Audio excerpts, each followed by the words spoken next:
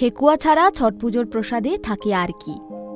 নমস্কার, আপনারা শুনছেন কেটিভি বাংলা পডকাস্ট ফিশ। আপনাদের সঙ্গে আমি নিবেদিতা। এবারে ছট পুজোয় ভাদ্রযোগ তৈরি হয়েছে, যা দুপুর 2:34 থেকে পুরো রাত পর্যন্ত কার্যকর থাকবে। এবছর ছট পুজোর পর্ব শুরু হয়েছে 25শে অক্টোবর থেকে, যা চলবে 28শে অক্টোবর পর্যন্ত। এই 4 দিন ধরে চলা মহাপর্বে পারস্পরিক এবং পুষ্টিতে ভরা ব্যঞ্জন খাওয়া হয়ে যায়।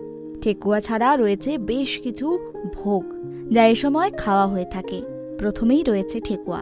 ছট পুজোর ঠেকুয়া ছাড়া যেন অসম্পূর্ণ। ছটের প্রসাদে ঠেকুয়া প্রধান। ঠেকুয়া তৈরি হয় আটা অথবা ছোলার ডালের আটা দিয়ে। এতে গুড়, নারকোল, ঘি ইত্যাদি দেওয়া হয়। বিস্কুটের মতো খাস্তা হয় দেখতে। এটি শরীরকে এনার্জি দেয় এবং খিদে নিয়ন্ত্রণ করে। লাউ ভাত। ছট পুজোর পর্বের শুরুতেই লাউ ভাত প্রসাদ হিসেবে খাওয়া হয়ে থাকে। ছটলার ডালের সঙ্গে লাউ দিয়ে রান্না করে তা ভাতের সঙ্গে খাওয়া হয়। লাউ সহজে হজম এবং ইমিউনিটিকে মজবুত করে। বাতাবি লেবু। ছট পুজোর উপোস দীর্ঘ সময়ের জন্য হয়ে থাকে।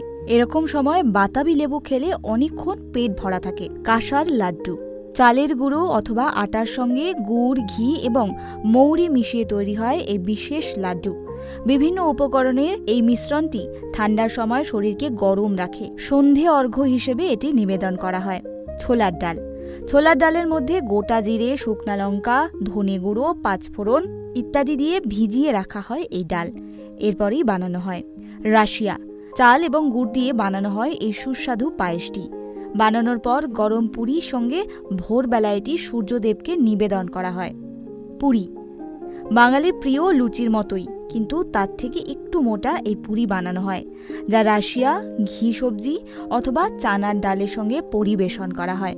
ছট পুজোয় এই প্রত্যেকটি উপকরণ এবং এই প্রত্যেকটি প্রসাদ অত্যন্ত গুরুত্বপূর্ণ, যা দিয়ে ছট মায়ের প্রসাদ নিবেদন করা হয়। এই ছিল আজকের ফিশ। কেমন লাগছে নিশ্চয়ই কমেন্টে জানান।